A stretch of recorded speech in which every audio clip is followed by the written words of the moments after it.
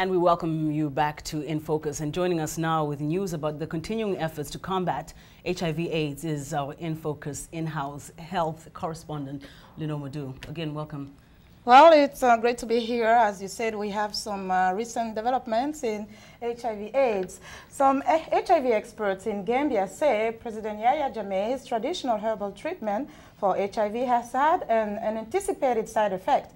Rather than drawing HIV-positive people toward the herbal cure, it has increased the use of antiretroviral drugs and reduced the stigma associated with HIV/AIDS.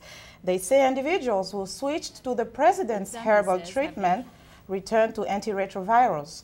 President Jammeh claimed in 2007 to have discovered an herbal cure for HIV/AIDS. He launched a program to treat people living with HIV/AIDS for several months, then discharged them from the program. The claim triggered widespread condemnation from the international community, concerned it would slow the already low uptake of antiretrovirals, the only medically proven therapy for HIV infections. British Development Minister Gareth Thomas announced on Tuesday a new fund worth $350 million for research into technologies to curb the spread of HIV worldwide. The fund likely will be aimed at researchers who are developing new HIV/AIDS technologies, such as microbicides, vaccines, or new treatments. Thomas announced the fund at a meeting of researchers and other experts convened by the government in London. According to UNAIDS, more than 25 million people have died of AIDS since 1981. Women account for approximately 50% of all adults living with HIV worldwide, with a majority in sub-Saharan Africa. And finally, in a small northwestern town in the Central African Republic, one man who has been HIV positive for nearly 20 years is leading an individual crusade to help others with the same disease. Jeremy Nadoum convinces them to leave their shame behind and grow vegetables together so they can survive. In the latest installment of VOA's Making a Difference, Nico Colomban reports the only thing Nadoum complains about is not getting enough outside help.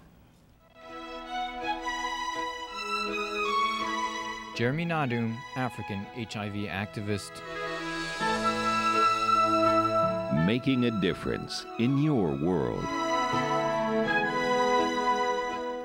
Jeremy Nadoum heads out early in the morning to work in fields, several kilometers away, which he set up for himself and others infected with HIV. There are about 300 people in his association. They work hard clearing out brush.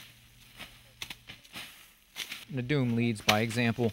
Here they grow their own food: spinach, cucumbers, carrots, onions, and other vegetables, as well as fruit.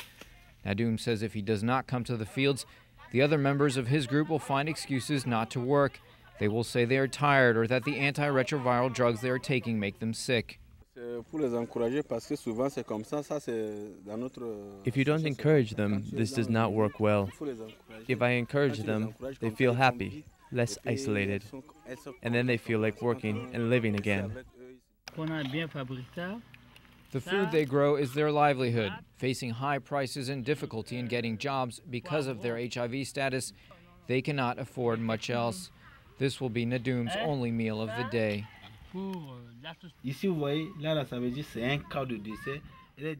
Nadoum's list of members, he explains, includes many who have died. They are marked off in his book with a red cross. In the afternoons, Nadoum visits members of his group who seem close to death. This HIV-positive man appears to have a bad case of tuberculosis as well. He can barely eat the spinach that comes from Nadoum's field and cannot walk anymore.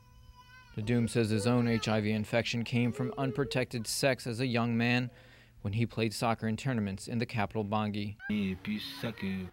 I don't have any money for what I do, but I know God is helping me. Since I started helping, I feel well.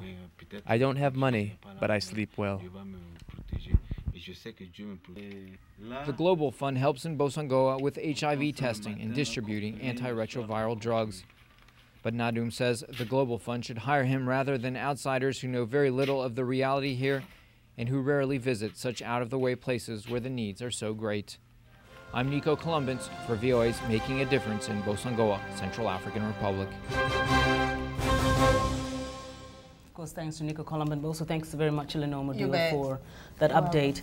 And that is our show for today. So join us, join us Friday for another edition of In Focus. And for more news, please listen to VOA's English service, Africa News Tonight and Daybreak Africa tomorrow morning. On behalf of our Washington studio crew and correspondents, we thank you very much for watching. We hope to see you right back here tomorrow. Until then, good night from all of us here at the Voice of America. Good night.